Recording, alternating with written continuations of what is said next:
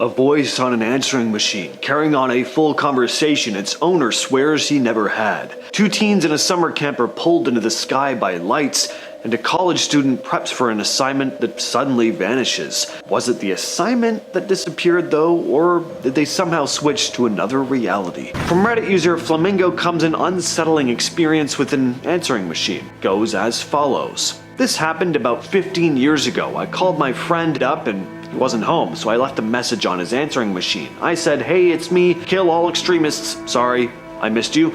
Call you later. Bye," and then hung up and left the house. I made no other calls. Later that day, he calls me back and he says, "Wow, that was quite a message you left. Who was that girl you were talking to?" I was like, "What are you talking about? I wasn't talking to any girl." Well, as it turns out, the message didn't end after I said bye. I had to go over to his house and listen to this message a few times. After my initial message that I did leave, there was a slight pause, and then it continues on for another 30 to 40 seconds or so, with me talking to some girl. It was my voice, but a conversation I never had with a girl whose voice I did not recognize. You could compare it to the message I know I did leave.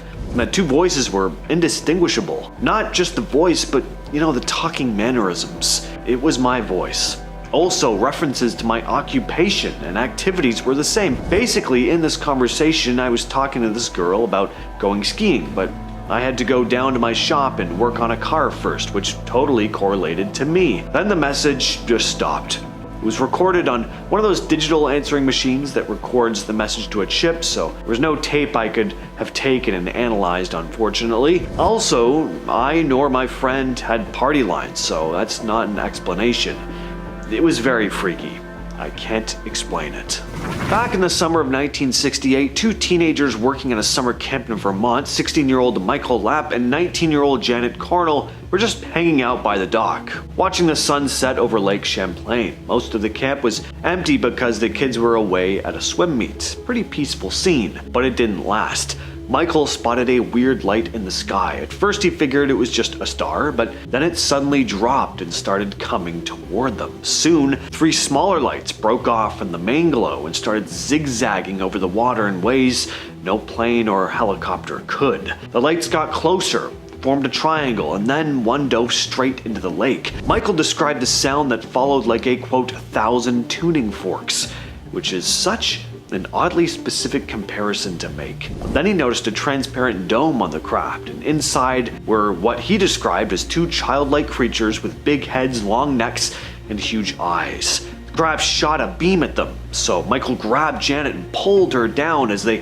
felt themselves begin floating into the air. The next thing they knew, they were back sitting on the dock. But it was much later. Both were disoriented, and Janet seemed almost in a trance. Years later, Michael started having recurring nightmares, always about being taken. He recalled being inside the ship, seeing Janet examined, looking up through the dome at Earth and the stars. Janet later recalled the event, describing it almost exactly as Michael had, only she hadn't spoken to him in years. Researcher Walter Webb eventually concluded that the two had, quote, no opportunity for collusion, and that they'd experienced a, quote, real external event of unknown origin. Reddit user MissPack01 had a very odd experience with a school assignment. They write, "I'm going to college in British Columbia, Canada, and I'm taking a business class. So first week of February, our teacher talks about an assignment that'll be due March 2nd. It's a 3-page paper with references on something we've learned in the class. That night he posts a little thing about due date and expectation and formatting, blah blah blah. I start the paper early to get it out of the way, but of course, life and work get in the way, so I forget about it for a week. Fast forward to yesterday's class and I start freaking out about the assignment. I go to my folder on the computer and it's not there for some reason. Oh no, maybe I forgot to save. Unlikely, but possibly. So when I get to class, I ask him if he wants it submitted online, because I didn't see a Dropbox, or handed in physically on Monday. Here's where it gets weird. He doesn't have a clue what I'm talking about. Says there never was any assignment. I got him to look on the course site where he posted the outline and nothing was there.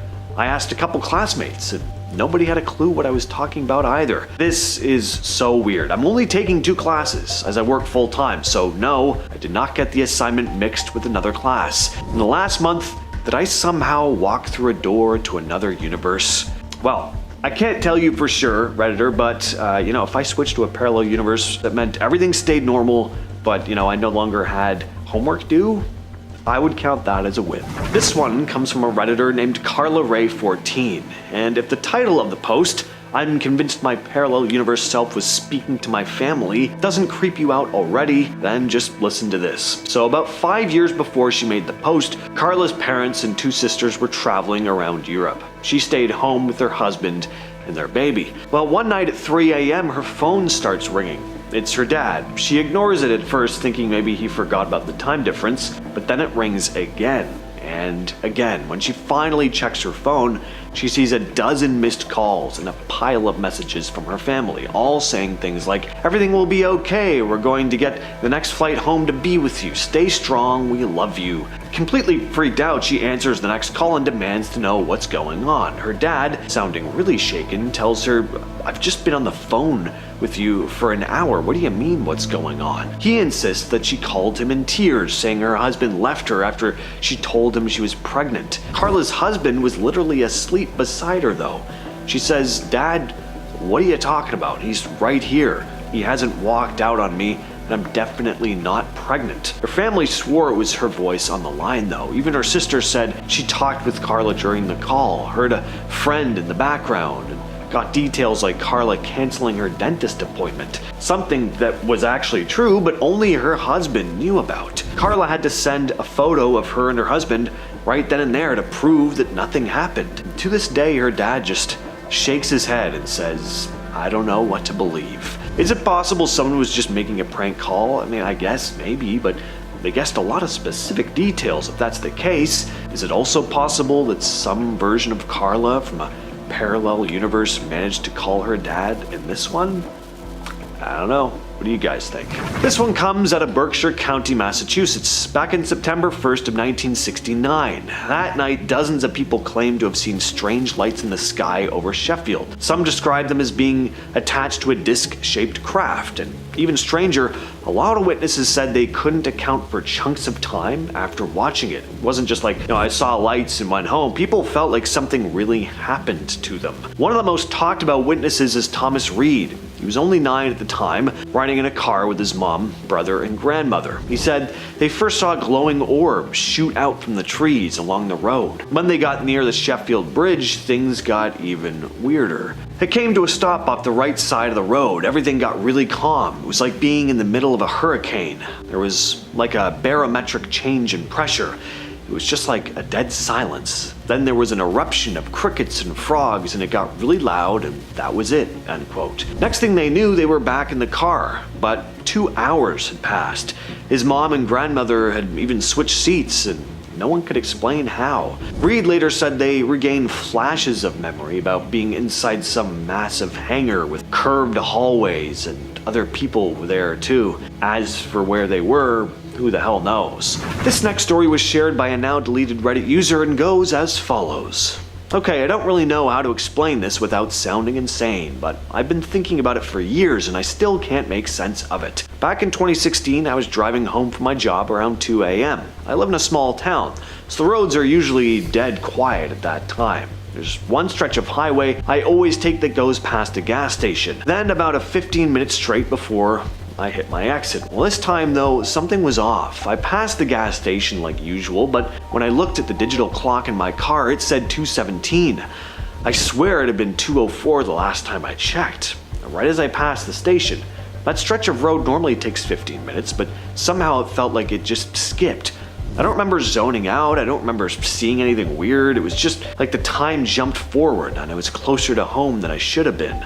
The creepier part is the gas station itself. For a couple months after that, whenever I drove by it, the lights were off. The pumps were wrapped in yellow tape and the sign was taken down. When I asked a coworker about it, they told me that gas station has been shut down for years, but I know I stopped there plenty of times and I definitely remember seeing it open that night. I don't have proof, I know it sounds like bad memory or whatever, but I can't shake the feeling that I've somehow crossed into a place where things aren't exactly the same.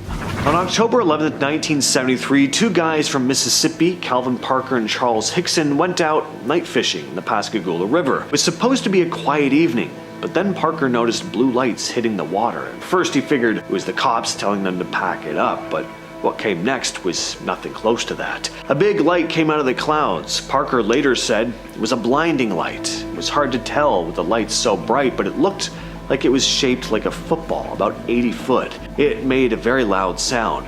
It was just a hissing noise, end quote. Then 3 strange floating creatures came out of the craft. They didn't have legs, and Parker said they had mitten-shaped claws. One was gray and didn't have a neck. Another looked more feminine. When one of them reached for Parker, instead of panicking, he suddenly felt calm. I think they injected us with something to calm us. I was kind of numb and went along with the program, he said. Both men claimed they were pulled aboard the craft and examined. Hickson remembered. There were no seats, no chain.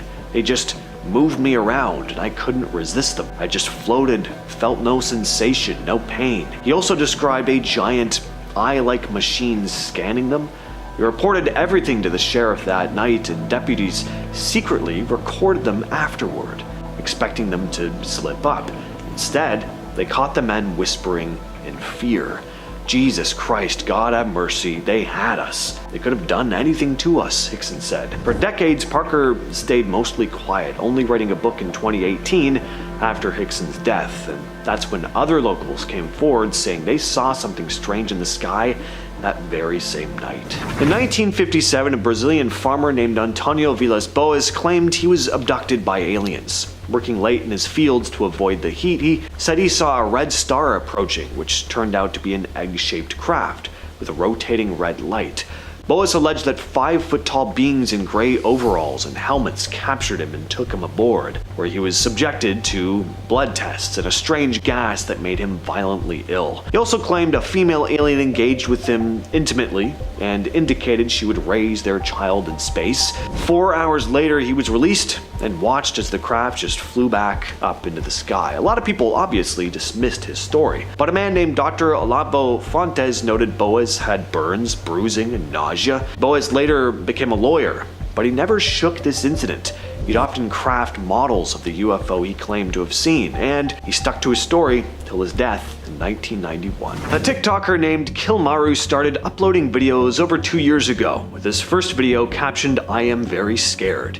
In it, he's filming from his hotel window, looking out at a city street in broad daylight, and there's no one there. Then he walks outside. Restaurants, supermarkets, even a McDonald's, all stocked like normal, but it's completely silent. Since then, he's posted hundreds of videos from places that are normally crammed with tourists: the Leaning Tower of Pisa, the streets of London, amusement parks, the New York City subway, all empty. He claims that he slipped into another dimension, an eerily empty alternate reality version of Earth. His followers throw him challenges, telling him to visit specific spots to prove he's really alone, but every time, it's just him on camera. One of the craziest updates came when someone told him to go to Berlin airport to try and escape. He says he fell asleep in the lounge, then woke up on a massive ship at sea. For 6 days, he explored it before jumping into a lifeboat and making it back to land. And just like that, he was back to wandering through a perfectly normal-looking world where he's apparently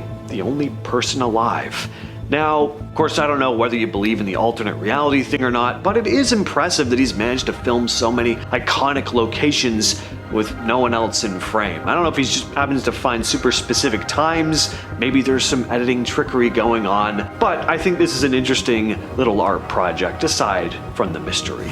Reddit user 17DemondICKS's shared a creepy story with the heading, "I think I stepped into a parallel universe for a moment." They were about 18 or 19 at the time, still living in their childhood home. It was summer, early afternoon, and they were heading out for one of their usual walks to a nearby park. Something they'd done almost every day for years. They slipped on their shoes, opened the front door, and stepped outside, and instantly knew that something was off.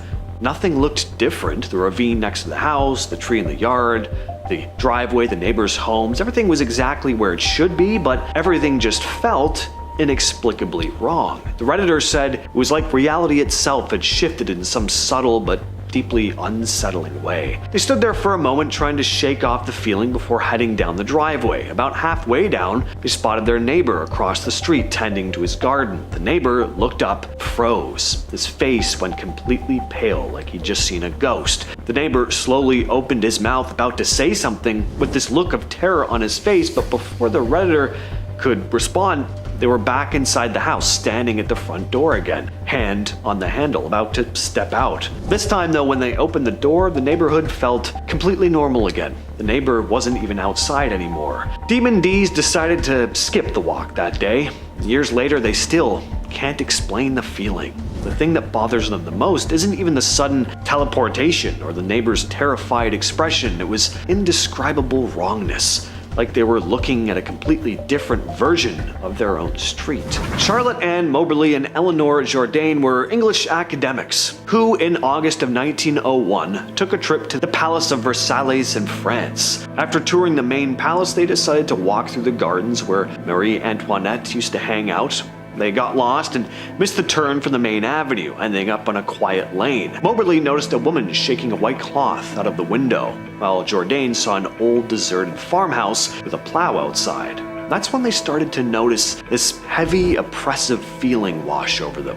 Moberly later described it as if, quote, everything suddenly looked unnatural, therefore unpleasant. Even the trees seemed to become flat and lifeless, like wood worked in tapestry, end quote. Then they came across two men who looked like gardeners but wore long coats and three-cornered hats, very old-timey clothing, even for 1901. Close by, a man sat near a garden kiosk, his face covered in smallpox. As they finally crossed a bridge into the gardens, Moberly spotted a woman sketching on the grass. The lady wore a light summer dress and a white hat. Her hair was old-fashioned. Moberly thought she was a tourist at first, but later became convinced that what they'd both seen was Marie Antoinette herself. Neither mentioned what happened for a week, but after comparing notes and researching some of the history of the place, they believed they had somehow stepped back to August 10th of 1792, just weeks before the French monarchy was overthrown. The story blew up when they published it in 1911 under fake names in their book, An Adventure. Years later, they found an old map that showed the bridge they said they crossed, and that bridge wasn't on any newer maps, cause it no longer existed. It hadn't for a long time. To this day, this is still one of the most famous and well-documented time-slip stories in existence. Reddit user Albert Norman 2069 shared a wild story about what he thinks was a brief trip into an alternate timeline. He says it happened on June 28th, 2014. His day started normally, waking up, brushing his teeth, eating breakfast, and getting in the car for work. But when he switched on the radio, things suddenly got strange. Instead of his usual music station, there was a news talk show playing. The host was talking about a recent victory in the Great War, praising troops in the military. At first, Albert figured it was just about the ongoing withdrawal from Afghanistan, but then the host started talking about a victory in Italy and how this win would finally end a second Great Depression. He was kind of confused, but figured it was just a radio play or something, so he just kind of brushed it all off.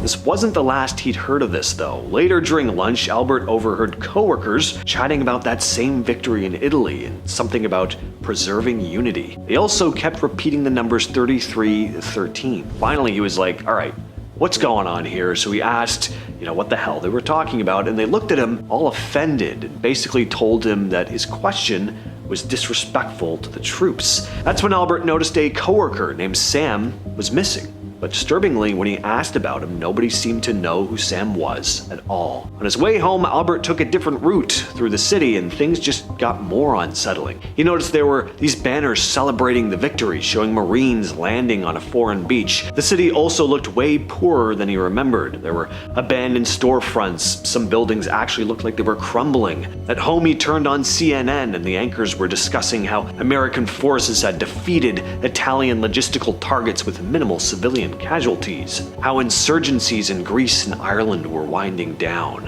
At this point, Albert was kind of getting terrified. He had no idea what was going on. Was he losing his mind? Was this a bad dream? Well, he did what anyone would do. He went straight to Wikipedia. That's when he found a detailed page about a war he'd never heard of. It said Europe had collapsed into a civil war with Greece and Ireland occupied by coalition forces facing nationalist insurgencies, that the US was deep in a depression, and the global financial system was in chaos. Albert took screenshots of the pages. After he woke up, those pictures were still on his phone. Yes, he shared them on a Reddit post. This experience led him to wonder about parallel universes, pointing to the many worlds interpretation of quantum mechanics. The idea that every decision creates a split, a different timeline. So Albert thinks somehow, just for a day, he slipped into one of those darker alternate realities.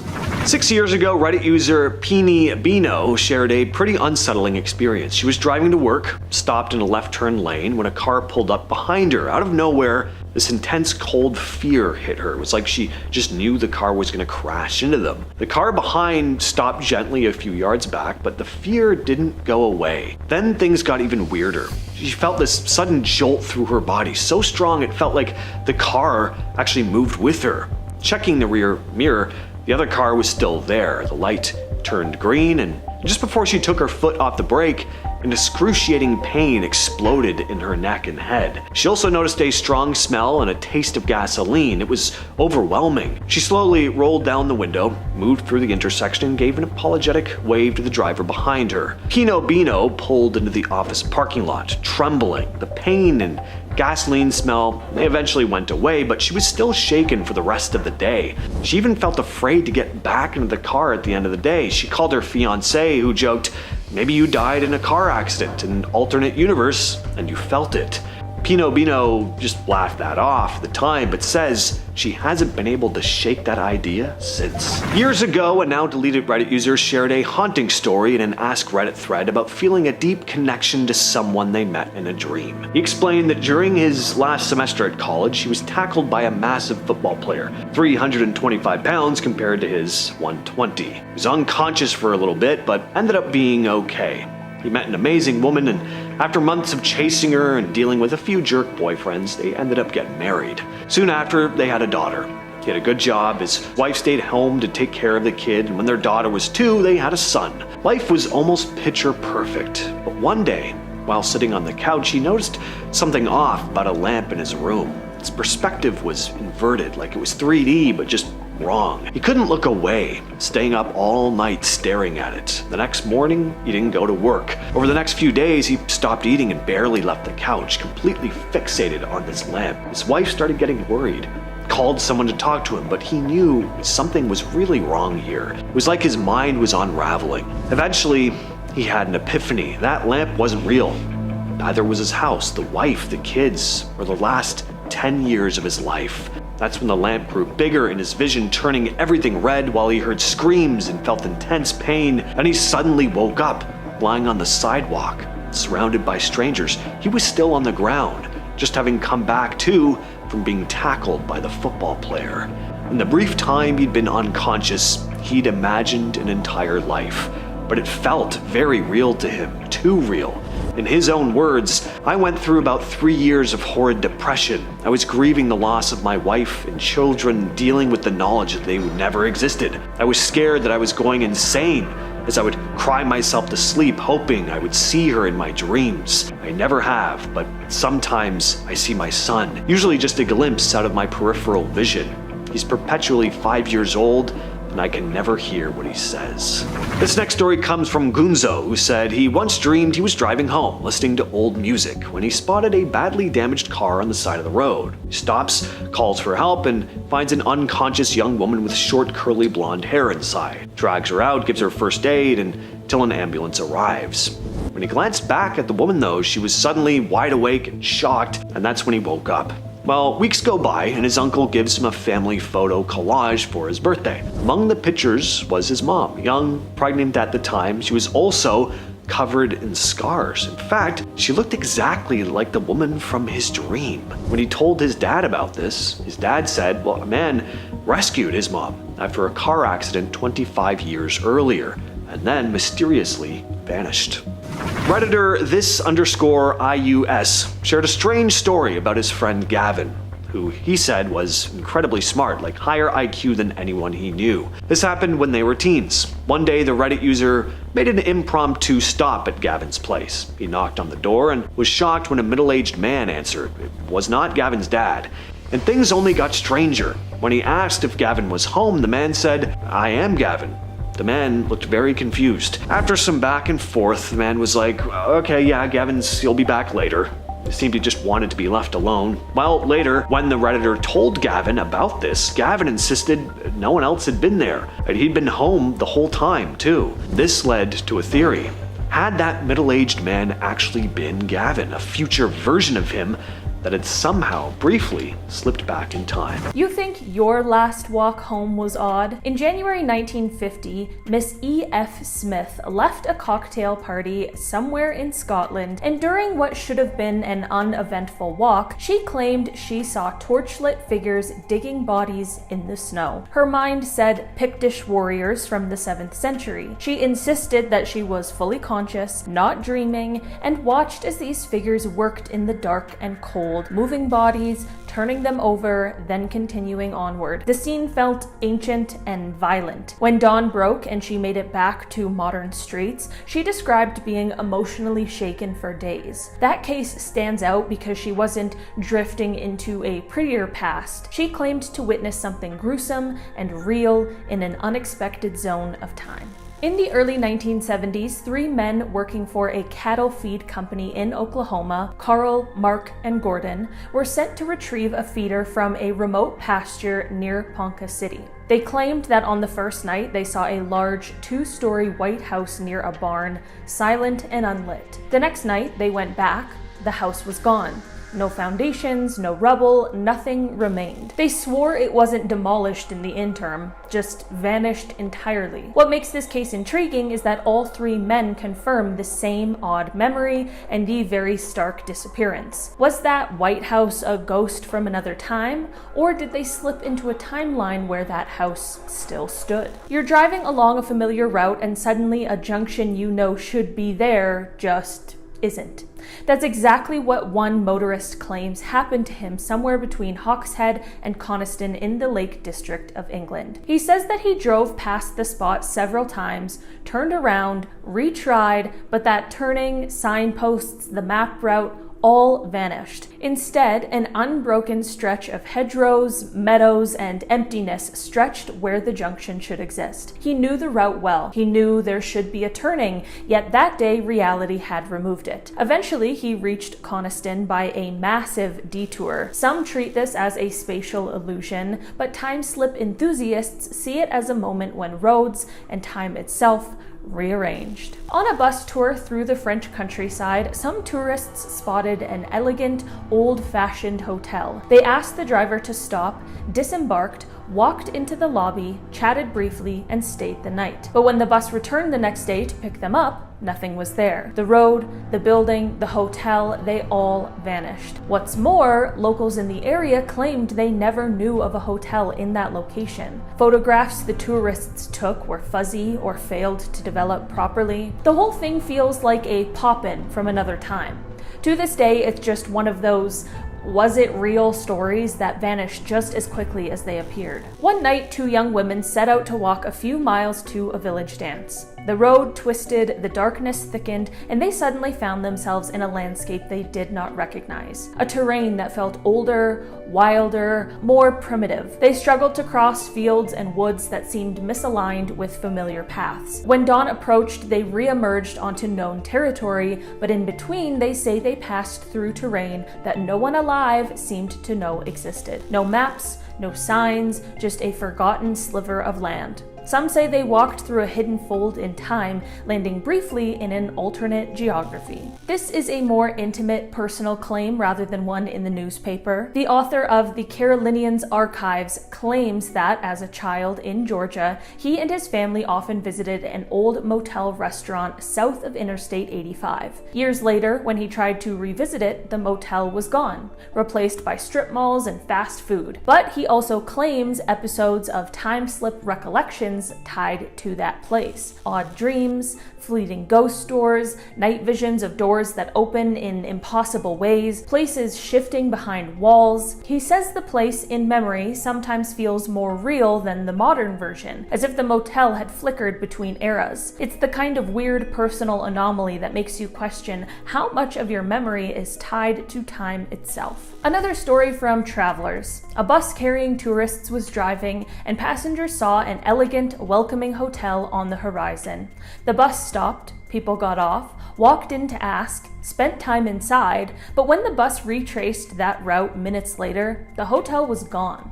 The road it had been alongside looked different. Some tourists claimed windows, doors, elegant lobbies, but others saw nothing. It's similar to other disappearing hotel stories, but more dramatic because it involves a moving group, not just one or two people. The shared witness aspect definitely adds some weight to this very weird story. In 1957, 3 British naval cadets on training duty reportedly stumbled into a silent, deserted medieval village in Suffolk. They saw houses that looked centuries old, heard church bells that then stopped abruptly, saw no modern wires or features, and felt an oppressive silence. No bird song, no wind. After about 25 minutes, the scene snapped back and they were once more surrounded by modern surroundings. Cars, wires, and countryside. The villagers later confirmed that no such remote medieval village had existed in that precise place in recorded history. It's definitely just a classic ghost village in time scenario. In the 1970s in Great Yarmouth, England, a man claimed to enter a shop to buy envelopes. The assistant was dressed in Edwardian style, the prices were ludicrously low, and the whole place felt stuck in the past. A few weeks later, he returned and the shop was modern with standard merchandise and the assistant wore modern clothes. What's odd is that the envelopes he bought were types that had ceased production years earlier. That implies that either he slipped into a time when those envelopes were still sold, or the shop had become a mini time capsule for a moment. It's a small case, but one that lingers in odd collections of time slip lore. This one is a little bit more recent, and this one comes from Reddit. A family staying in a motel in the US in the Utah region claimed they experienced something bizarre. The sun set, they began dinner, then fireworks burst in the distance, except their clocks read 7 p.m. Within minutes, their phones jumped to 12:15 a.m. All family members report confusion. The kids thought they were early, the parents tried to rationalize it as clock malfunction, but every phone, every watch jumped to the future at once. Afterward, the world looked night dark, as if hours had passed. Whether this was a glitch in perception, a mass hallucination, or something even more bizarre, it remains one of those weird, personal anomalies that people whisper about in paranormal forums. On May 26, 1828, a teenage boy appeared in the streets of Nuremberg, Germany. He was stumbling around, barely able to walk, barely able to speak. He had 2 letters on him, both unsigned, saying he was a foundling. At first, people assumed he had some kind of disability, but once they started taking care of him, they realized something different was going on. He was physically strong, he learned things incredibly fast, his memory was exceptional, and he had this natural talent for drawing and music. Then Hauser started explaining where he'd been. And the story he told was disturbing. He said he'd spent his entire life, 16 years, locked in a dark underground cell, completely isolated from everyone and everything. He claimed he was fed nothing but bread and water, aside from the substances he was given to keep quiet. His only human contact was with one person, some mysterious figure who taught him a few basic phrases, and that was it. The mayor went public with the story, and suddenly everyone was talking about this boy they were naming Hauser.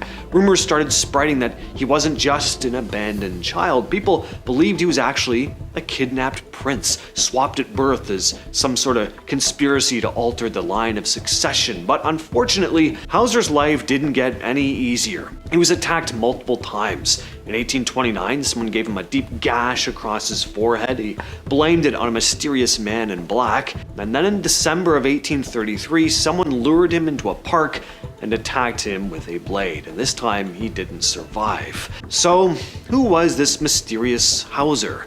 Where was he really from? To this day, we still don't know. His tombstone reading, "Here lies Caspar Hauser, riddle of his time. His birth was unknown, his death mysterious. The Count of Saint-Germain appeared in European high society around 1750. He's got to be one of the most mysterious, eccentric people in history. He showed up at French royal courts and other elite gatherings, sometimes using different names like Marquis de Montferrat. People described him as incredibly wealthy and cultured. He was a composer, a philosopher, a writer. He impressed pretty much everyone that he met. What made him legendary was his claim that he discovered the secret to eternal life. He said he was hundreds of years old. When he spent time with nobility, he would recount historical events with such precise detail that people started believing that he'd actually been there. He spoke multiple languages fluently and talked about life hundreds of years ago like they were just recent memories. And on top of that, he supposedly had deep knowledge of alchemy. There were claims he could change lead into gold. Another odd thing about him, people noticed he rarely ever ate in public, which just kind of added to his mystique. It was like he was this larger-than-life entity who just wasn't bound by normal human biology. The Count died in 1784, officially anyway. See, for hundreds of years after, people claimed to have seen him. As recently as 1972, a man named Richard Chanfray appeared in Paris claiming to be the Count. He even went on French television and supposedly turned lead into gold using a camping stove. George Adamski basically founded the modern UFO contactee movement. It was right during the height of Cold War paranoia. Adamski was a Polish-American writer who claimed that in 1952 he met a friendly extraterrestrial named Orthon in the California desert. Orthon became the prototype for what people call the Nordic alien, essentially a being that looks completely human with blonde hair, attractive features, except supposedly not of this world. According to Adamski, Orthon was from Venus. Adamski went on to write 3 best-selling books describing his encounters with Orthon and his trips aboard their spacecraft, visiting Venus and various other planets. By 1960, his books had sold over 200,000 copies.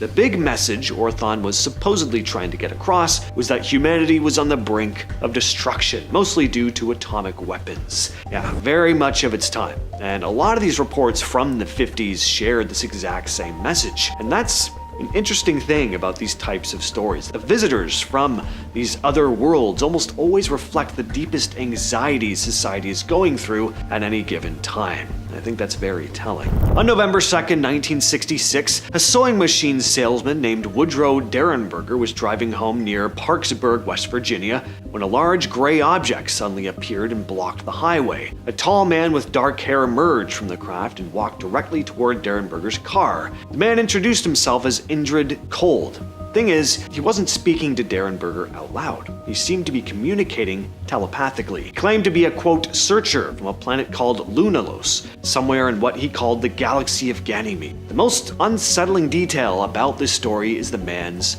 face. He had a permanent fixed smile, but it wasn't friendly. It was unnatural, emotionless, almost like an alien's best attempt at appearing human. Derenberger described it as deeply unnerving. This wasn't the last time he'd encounter Indrid Cold either. Derenberger claimed that Cold contacted him repeatedly after that night and that they had ongoing telepathic conversations. Derenberger also said he was taken to Lunalos on 2 separate occasions. Other witnesses also came forward. Multiple people confirmed seeing this strange smiling man speaking with Derenberger on the side of the road that first night. In 1863, on a quiet beach in Sandy Cove, Nova Scotia, a young boy named Collie Albright discovered a man lying in the sand. The man was in terrible condition. Both of his legs had been amputated below the knee. The wounds had partially healed, but they were still raw. The cold was close to killing him. Collie ran for help, and villagers carried the man back to town to try and save him. Once they got him stable, they tried to figure out who this guy was, and they got nowhere. The guy barely spoke, aside from the occasional mumble, which didn't even sound like English. Villagers tried every other language they could think of: French, Italian, Spanish, Latin, and he just gave them nothing. If someone bothered him too much, he would growl like an animal. When someone asked what his name was, he seemed to mutter something that sounded sorta like Jerome, so that became his name. They thought maybe he was a sailor, but his hands were soft, not the rough, calloused hands of someone who'd worked on ships. Colley's family couldn't afford to care for him permanently, so Jerome was moved from household to household. Eventually he was taken to the French community Matagan because people assumed he might be Catholic. He spent years living with a man named Jean Nicolas, and later the Como family, who actually charged admission for people to come see him like he was some sort of circus act. Jerome died in 1912, never having explained who he was or where he came from. The starseed movement is a lot bigger than most people realize. These are people who believe their souls originated in other star systems. They claim they reincarnated on Earth with a specific purpose: to help humanity evolve spiritually, to raise its vibration, prevent war, or guide the planet into some higher form of existence. It's a bunch of BS, but the movement has exploded online. You'll find plenty of star seeds on TikTok, countless videos with titles like 10 Signs You're a Starseed or Why You Never Felt at Home on Earth. And some people claim they actually have memories of past lives on other planets. The whole thing grew out of older New Age philosophy and has now merged with all this internet self-help culture. Now there are starseed retreats, coaches, people who speak what they call light language, which they claim is how their souls communicate across dimensions. Now, to be fair to some of these people, some of them just view it as a kind of metaphorical thing. They just feel kind of different or alienated from mainstream society and don't actually think they're from another planet, which is fair enough. I'd place myself maybe in that camp as well. But others do take it very literally. Omnek Onek claims she's from Venus. Not metaphorically. She says she was born there and lived on Venus for hundreds of years before coming to Earth in 1955 as a 7-year-old girl. According to her, she arrived here on a spiritual mission to help humanity evolve. Her book, From Venus I Came, describes the civilization on Venus in detail. She talks about their cities, how society is run. For decades, she's given lectures and interviews, presenting herself as an ambassador from Venus. Now, there's an obvious problem here. By the 50s, scientists already knew that Venus was hot enough to melt lead, so not exactly a place that could support life, but her explanation for this is that her people exist on this higher vibrational frequency that our basic technology just can't detect, a place beyond our physical reality.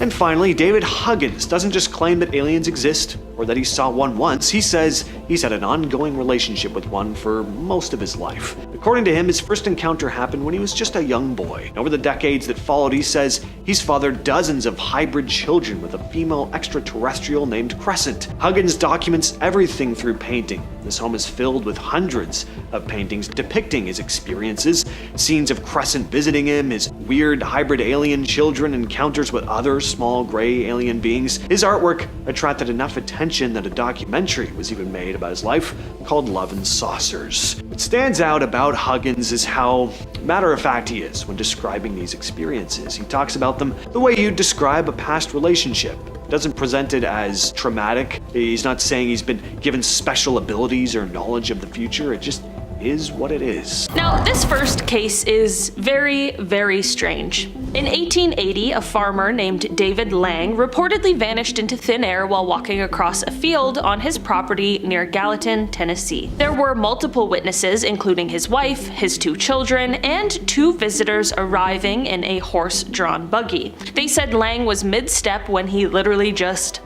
disappeared. There was no flash of light, he hadn't fallen or gone behind a tree, he was there 1 second and then he wasn't. The group ran to where he'd been standing, expecting to find a sinkhole or some kind of trap in the ground, but the earth was solid. They searched the area for days. Neighbors joined in, but no sign of Lang was ever found. The only thing that changed was the grass where he had vanished. It turned sort of like it decayed. It turned yellow and brittle, and for years afterward, nothing would grow there. Then, months later, Lang returned. Sort of. His daughter was playing in a field looking for 4-leafed clovers, and that's when she heard it. A voice that sounded a lot like her father, calling for help. It was faint, like it was coming from underground or from behind a wall. It happened more than once, but each time they checked, there was still nothing. Eventually, even the voice stopped. The story was pretty well known at the time. It showed up in the newspaper, and the names, place, and details were consistent with public records.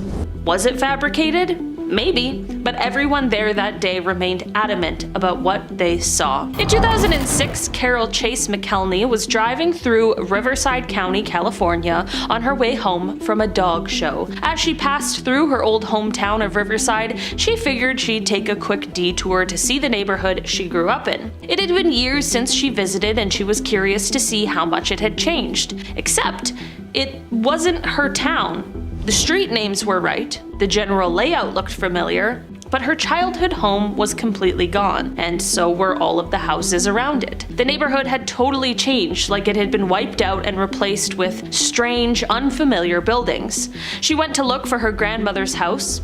Gone too. Her old school was nowhere to be found. Even the cemetery where several family members were buried didn't look the same. The graves were different and the whole place just felt wrong, like a dream version of her hometown. Completely shook, she got out of there, and it wasn't until years later that she felt the courage to come back. But this time, everything was normal. Her grandmother's house was there, her childhood home too, the school, everything was just like it always had been. So, what happened? Carol was completely sober, not tired, not on medication. She knew what she saw and what she didn't see.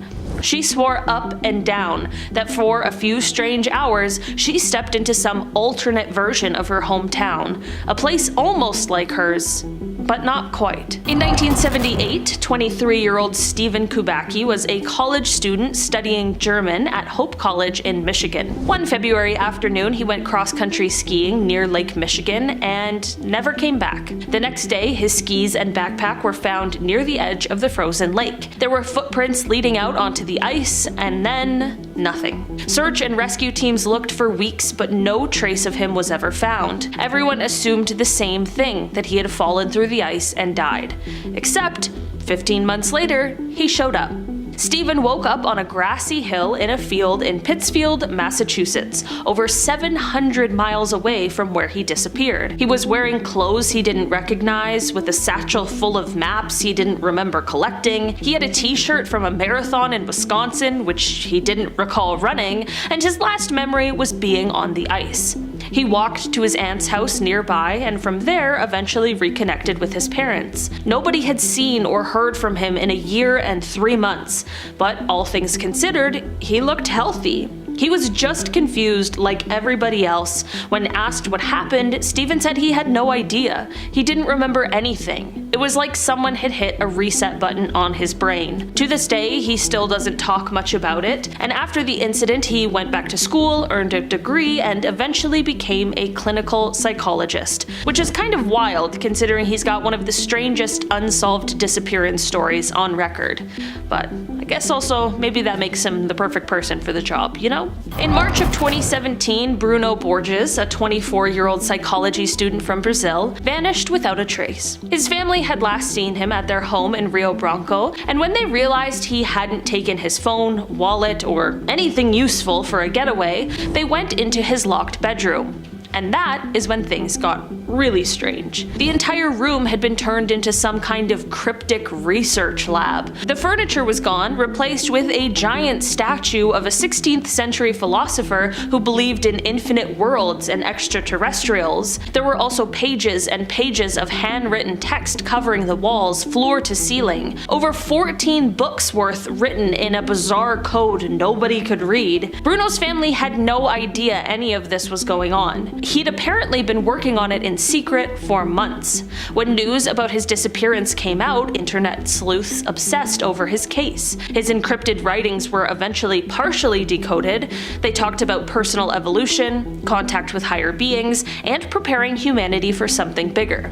But still, no one knew where he went. But after 5 months of silence, Bruno showed up back home, barefoot. He wouldn't say much about where he'd been, only that he'd been working on his ideas. His family and police said he was in good health, mentally stable, and not on any substances. He didn't really give interviews, and most of the public still doesn't know why he left or what exactly he was trying to do. In 1935, British Royal Air Force officer Victor Goddard was flying a biplane over an abandoned airfield near Edinburgh, Scotland. I think that's how you say it, and everyone in the comments is gonna be like, that's not how you say it. Well, I'm not Scottish, so I don't know what you want me to do. The plane place was falling apart, overgrown with weeds, buildings crumbling, not a soul in sight. A few days later, he flew the same route again, but this time, something was off. As he approached the airfield, a sudden storm hit.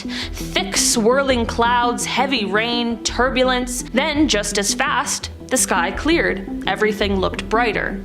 Unnaturally so. The airfield below was no longer abandoned. The buildings were intact, freshly painted. Planes were on the ground, yellow ones, which wasn't the standard RAF color at the time, and mechanics in blue overalls were moving around, working on them. None of this made sense in 1935. The colors, the uniforms, the specific model of aircraft he saw, they weren't part of the Air Force yet. When he told people what he'd seen, they thought he was just confused or mistaken. But a few years later, during World War II, that same airfield was brought back to life. It was restored, the planes were painted yellow, and the mechanics wore blue coveralls, just like Goddard had described. It was as if he had seen the future. No one could explain it then, and no one really can now, and Goddard wasn't some nut. He was an air marshal. Dead serious, no nonsense, and he swore up and down till his death that this actually happened. In 2008, a woman named Lorena Garcia from Spain woke up and immediately felt something was off. At first, it was little things. Her bed sheets were different, her pajamas weren't the ones she remembered putting on the night before. Confused, she chalked it up to grogginess and just got ready for work. But when she got to the office, the weirdness escalated.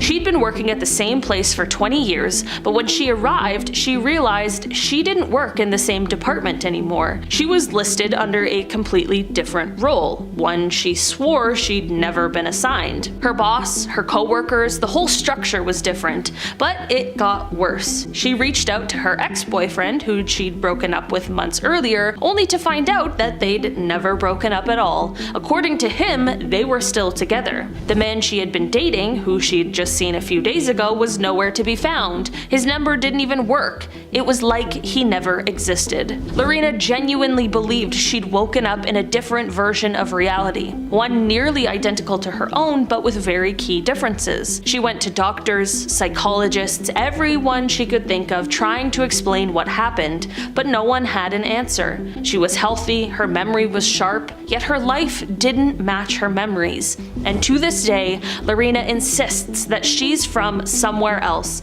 that she somehow crossed into a parallel dimension and has been stuck here ever since. In May of 1972, 4 girls from Southern Utah University were driving home after a rodeo when they took a shortcut through Gadianton Canyon, near the Utah-Nevada border. Around 10 p.m., the road beneath them changed from black asphalt to smooth white cement. The desert landscape gave way to unfamiliar grain fields and towering pines, not at all what they expected in southern Utah. Thinking they were lost, they turned around. Then they spotted a small roadside tavern and pulled over to ask for directions. Before anyone could get out, one of the girls screamed. Heading towards them were 4 strange egg-shaped vehicles with tricycle-style wheels and glowing lights. The girls, completely panicked, jumped back in the car and tore off through the canyon. As suddenly as it started, the strange scenery disappeared and the road returned to normal. They eventually crashed into a creek, damaging her car and flattening 3 tires. At dawn, they hiked to the highway and flagged down a trooper named Victoria Lindquist, who was shocked and confused to find that their tire tracks ended abruptly 600 feet into the desert. And despite being found miles from the road, no one could explain how they got there.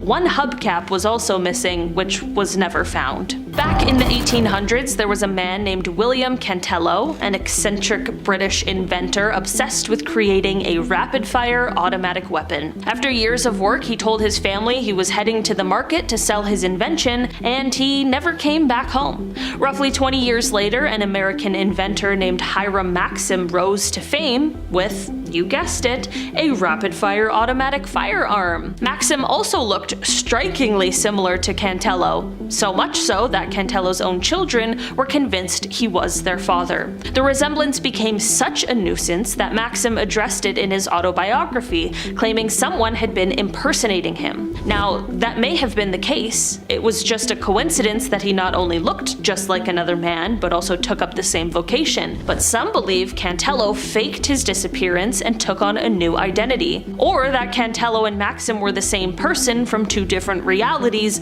and at some point they switched places, leaving both men stuck in the wrong timeline. This has to be one of the strangest missing persons cases that I have ever heard. In 1763, in a quiet English town of Shepton Mallet, a man named Owen Parfitt vanished without a trace. He was old, frail, and paralyzed. He couldn't walk, couldn't dress himself, he barely moved. Locals say he was a former sailor with a shady past, but by the time this story takes place, he was basically bedridden. Well, one warm evening, Owen was sitting outside his sister's cottage, propped in a chair enjoying the breeze. His sister and a neighbor helped him outside, then they went inside for a bit. They claimed they were gone maybe 15 minutes, and when they came back, the chair was there, still facing the road, but Owen was gone. Now, this wasn't a busy area.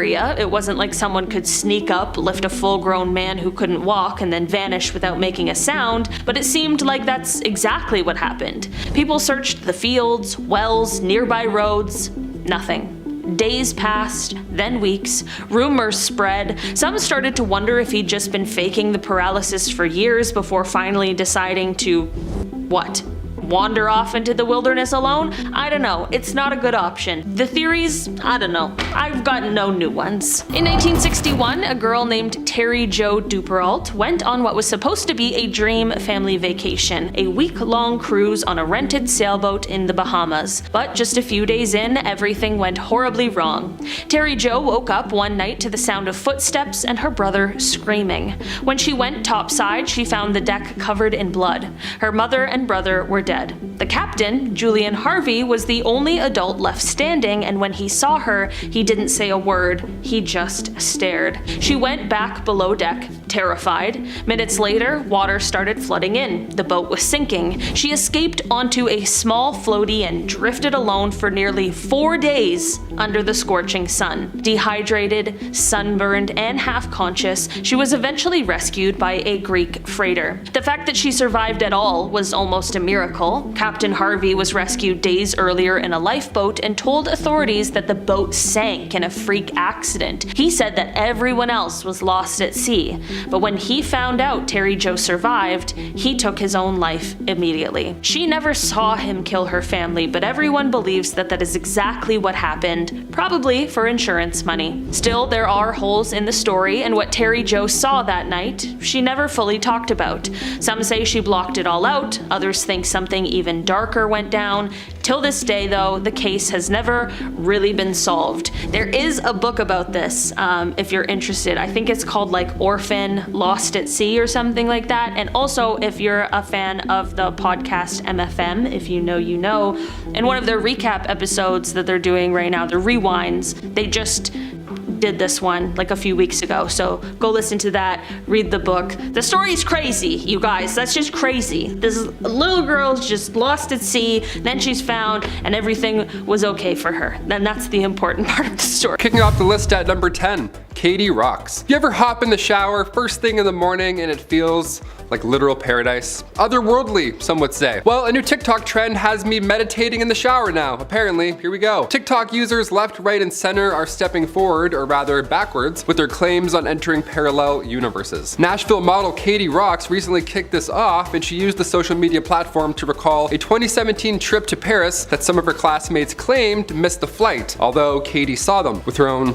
eyes. I remember walking on that aircraft past two of my friends and sitting like 3 rows behind them. Then the 4 of us took a taxi back to the apartments we were staying in while we were in school, and I distinctly remember this. 2 days later, they're talking about how they weren't 3 rows in front of us, and to this day I have no idea why they remember missing the flight. That's way too close to the plot of Final Destination. Honestly, this creeps me out just reading about it. I can't even begin to unravel this one, no way. The same user, Katie Rocks, posted again a month later, this time saying she's since discovered the ability to shift realities. Showers, hot Hot showers are the key, apparently. I would have guessed baths, but showers are cool too. We'll take those. Number 9, a familiar face. Username HighLife No Miller Lite posted this one a couple months back on Reddit. Great name also, gotta say, that's a really good name. It's since got a lot of attention, let me know what you think. They say, I'm from a very dry, hot state in the US, and I was visiting California on a trip with my wife. While out eating, we both witnessed a person that looked exactly like me. Same typical mid-fade and head dents inherited from my father. Same body type, only chubby, rather than my more slim and athletic frame. I saw the side profile from the back as they walked away from view, and it was my exact face. That's so creepy. My wife had a direct view but could not remember directly what my face looked like. But she noted similarities from my body to head and even the way that I walked. I couldn't believe what we saw. Any thoughts? Question mark. I mean, if you didn't mention the head dents and got that specific, this wouldn't have stuck with me like it did. I also love the subtle roast on the other you. You're like, yeah, this guy was just like me, only, you know, not ripped. Otherwise, that's quite creepy. Thanks for sharing. Number 8, quantum leap. So yeah, I went down that rabbit hole I talked about and I discovered another TikTok. How fun. We love these. Awesome. This quantum leap was obtained by Marian Valenza. She took to the social media platform to implore others to take the leap. You know, no more manifestation Mondays. The key to these quantum leaps is a hot shower. Yeah, a hot shower. How convenient is that? Thank God it doesn't suck, you know? Thank God it's not a cold ice bath or else no one would know. Valenza explains the first rule here. Number 1 is that you want to give yourself enough time because you don't want to rush this. Obviously, you want to do this with intentionality, she says. Yeah, sorry I'm late, boss. I don't want to rush my hot quantum shower. You know how it is. He's like, oh yeah, classic. Next step is to literally visualize the water cleansing you so that it removes all your limiting beliefs, the negative thoughts that you have, all the things holding you back from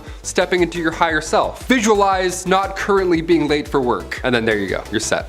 I'm gonna try this tomorrow morning. I'm just gonna have a hot quantum shower and arrive at 10:15. Number 7, Sleep Street. This one comes from username Oopsies. It's like oopsies, but with a bit more Reoccurring dreams have never been so haunting. Forgot it's a dark list. Here we go. Ever since I was a teenager, I've dreamed about an alternate life where I go to university and work in a city that I've never been in. It started around when I was 16 or 17 and now I'm 25. It's super detailed where I go on hikes, I hang out with friends, I bike through neighborhoods and do mundane everyday life things. The university is outside of a major city and I'm always exploring nature, beaches, islands, all that jazz. Last night I was feeling sick and in return had one of the most vivid dreams I've had in a long time. I met someone and developed a deep relationship that felt incredibly emotional and real. Luckily I woke up right when I was trying to navigate Google Maps to drive to a park, so I remember the streets that we were on. The street was called Dutch Island Road. I never heard of it in real life, so I decided to look it up. The only thing that popped up was a rural area in Rhode Island. It wasn't exactly the same layout of the roads I remember on the map, but the nature and area looked eerily similar to what I saw while driving. I start looking around the area, clicking different locations, and I start to freak out on how everything looks just like in my dream. Mind you, I've never been to Rhode Island, but the weirdest part is that specific buildings in the Rhode Island University and Warwick area ones, those are the same ones that I saw in my dream all the time. I've always thought that my dreams are a glimpse of living an alternate universe, and I feel like this detail solidifies the potentiality of it being a reality. Thoughts?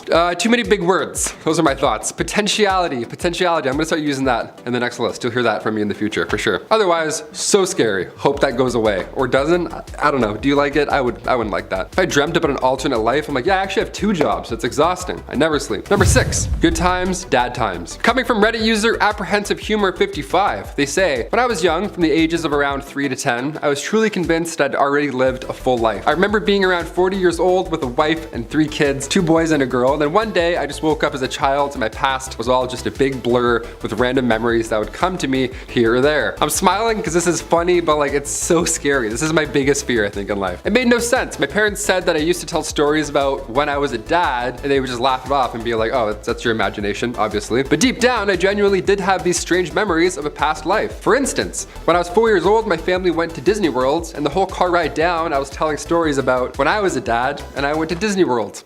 Just a kid in the back seat with milk, like, oh yeah, these roads. Still haven't fixed them.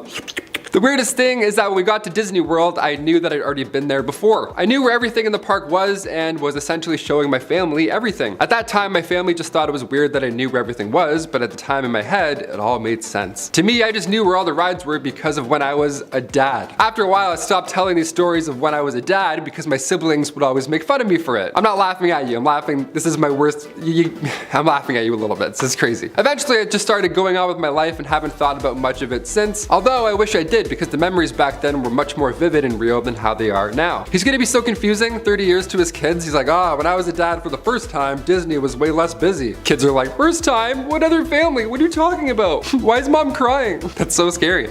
I buy into this. I don't know, the afterlife, maybe that past dad died and then you're reborn? I don't know, that's scary. I don't want to think of it. Number 5, spirit animal. Do you believe in spirit animals? I kind of do. I want to, at least. Ever since I watched Harry Potter, I always wanted a Patronus. Mine would be a frog for sure. It'd be like a little lanky frog. Wouldn't be cool at all. This next one makes me want to believe. Coming from user Less Cold, they say, about 30 years ago, I was a young college student heading back to college after break in an overnight bus. I was about 19, didn't drink or anything, had no history of mental illness, and was reading a book when seamlessly I wasn't in the bus anymore. I was now swimming around a rock formation which I knew was part of my hunting territory and was chasing a fish, which I then caught in my mouth and could feel the bones crushing between my teeth and it wriggling against my whiskers. That's how they posted it, no in between. They're just like, yeah, I was reading a book and all of a sudden I'm a fish. I was totally at ease. I was fast and agile and I could feel the drag of the water, like, you know, the pull of the current, question mark. I like how they included that, mansplaining the current of the water. They're like, I being a fish know this, but do you know about this? I'm like, yeah, we know about currents, man. I'll continue. As I moved effortlessly through it, I knew my body and where I was going and what I was doing, and there was no alarm whatsoever that anything was amiss. You know, I didn't realize that I was really a 19-year-old on a bus. The whole experience couldn't have lasted longer than 30 seconds or so, and then just as seamlessly as I once was there, I was then again back on the bus. I remember sitting there for a second, staring at the page of my book before, you know, having a WTF just happened reaction kicked in, and then I had a bit of a mental freak out. Then a few years later, I saw a documentary about sea otters, and I knew then that that's what I had been for that brief moment in time. I knew it's impossible, but it happened to me, and surely I can't be the only one. I don't know, man. I've never been a sea otter before. Chris, have you been a sea otter? You don't think so. You don't think. You never know. Never say never, though. Has anybody ever heard of something like this, or has it happened to you? Have you been reading a book, and then all of a sudden you're a sea otter eating a fish with whiskers? If so, sound off down below. Sea otters are just smacking the keyboard. They're like, help me switch back. Number 4, switching universes. Coming from Mulks23, this one is so specific that it may very well just be real. Honestly, I'm a little convinced. I've been wanting to share this for some time now. A few months ago, one morning, I believe when I woke up, I did so to a different universe. Similar to ours, but different in some aspects. Before I went to sleep the night before, I kept my Surface tablet on my nightstand, and it was absolutely fine. The next day when I opened it though, I could see a large crack across the top. There was nothing, repeat nothing, that could have caused the crack. I was disappointed, of course, the tablet's new, but I didn't think much of it. However, over the course of the following days, I noticed some things/events are significantly different than how I remember them to be. An actress that I know was married to a gangster, is happily now married to a businessman. A different actress married said gangster, a name that I would have definitely known. I'm from India and I settled in US, and this is a Bollywood actress in question. A series that was being released on Amazon Prime is now on Netflix, question mark. Yeah, that happens all the time. I'm still asking those questions myself. I'm watching Harry Potter on like 3 different platforms, like what's going on? The movie Morbius, I've seen this movie. I thought they must have remade this or something, but nope, it was a new movie. A few other things as well, but those I can attribute to misplaced memories. Not the above though. Also, I definitely did not hit my head or anything which could have caused me to remember things differently. I mean,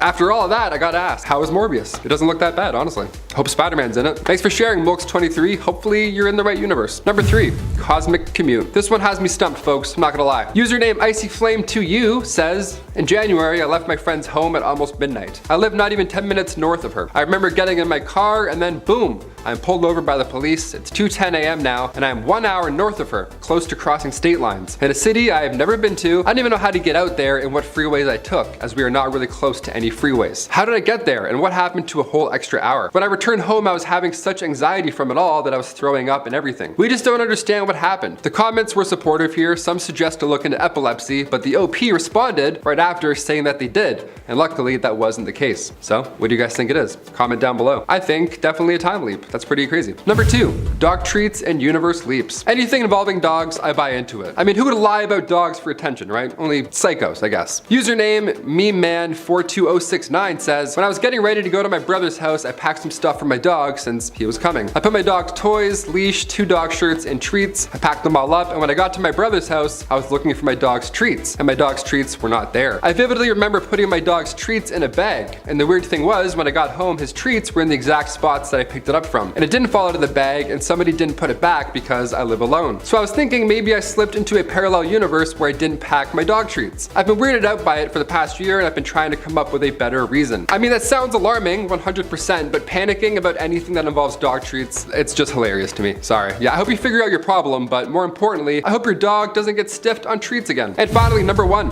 2016 again. This one caught my attention, caught it real bad. Posted 5 days ago by user Silence v Silence. They say, the universe is currently shifting, and it has been the past few days. The last time a change took place like this was November 2016-ish. Some of you already know this. I'm sure you felt it in the air over the past week like I have. It feels positive. I hope it is. First comment has tons of upvotes here, and it says, your ears ringing real bad too? Question mark. This is insane because my ears have been ringing a lot in the past month.